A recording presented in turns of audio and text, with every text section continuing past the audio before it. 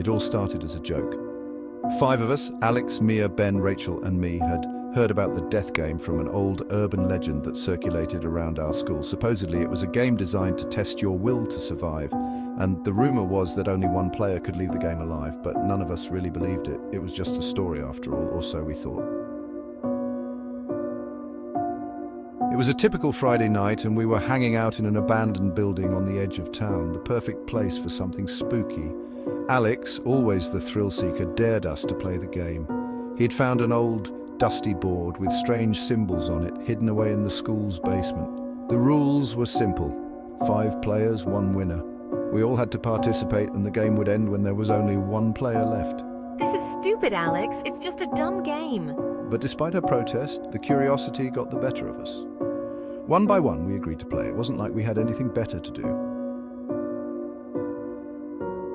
As soon as we sat in a circle and placed our hands on the board, something changed. The air grew colder and the lights above us flickered. The atmosphere shifted from playful to tense. We thought it was a coincidence at first. We each took turns rolling the single die that came with the board. As soon as it was my turn, I rolled a 3 and the board vibrated under my hand. A message appeared on the board, the letters forming as though someone was scratching them into the wood with invisible claws. "Ben, you are the first to die!"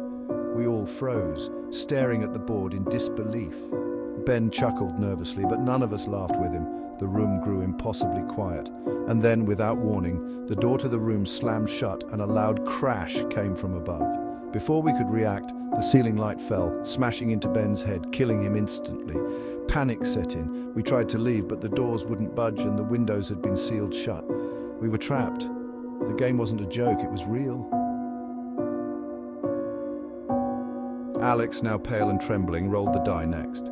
He rolled a 5. The board scratched out another message. "Rachel, your time is near." Rachel's eyes widened and she screamed, backing away from the board. But there was nowhere to go. As she tried to stand, the floor beneath her gave way and she fell through the rotting wood, disappearing into the darkness below. We heard her scream echoing in the distance until it was abruptly cut off. There were only 3 of us left, Alex, Mia, and me. The game was real, the rules were simple, only one of us would survive.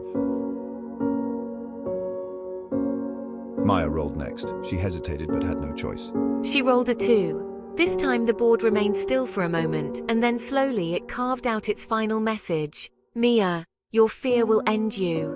We huddled together, unsure of what would happen next. Mia was shaking, her breaths coming in ragged gasps.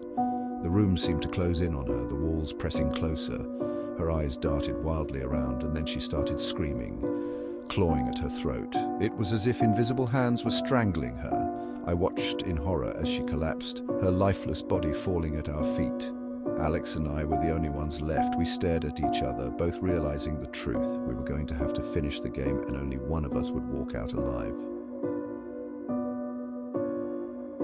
I was next to roll and my hands were shaking. I didn't want to, but the game had already started and there was no stopping it now. The die clattered against the board, landing on a 6. For a moment, nothing happened. Then the board scrawled its final message. "Alex, you are the last to die."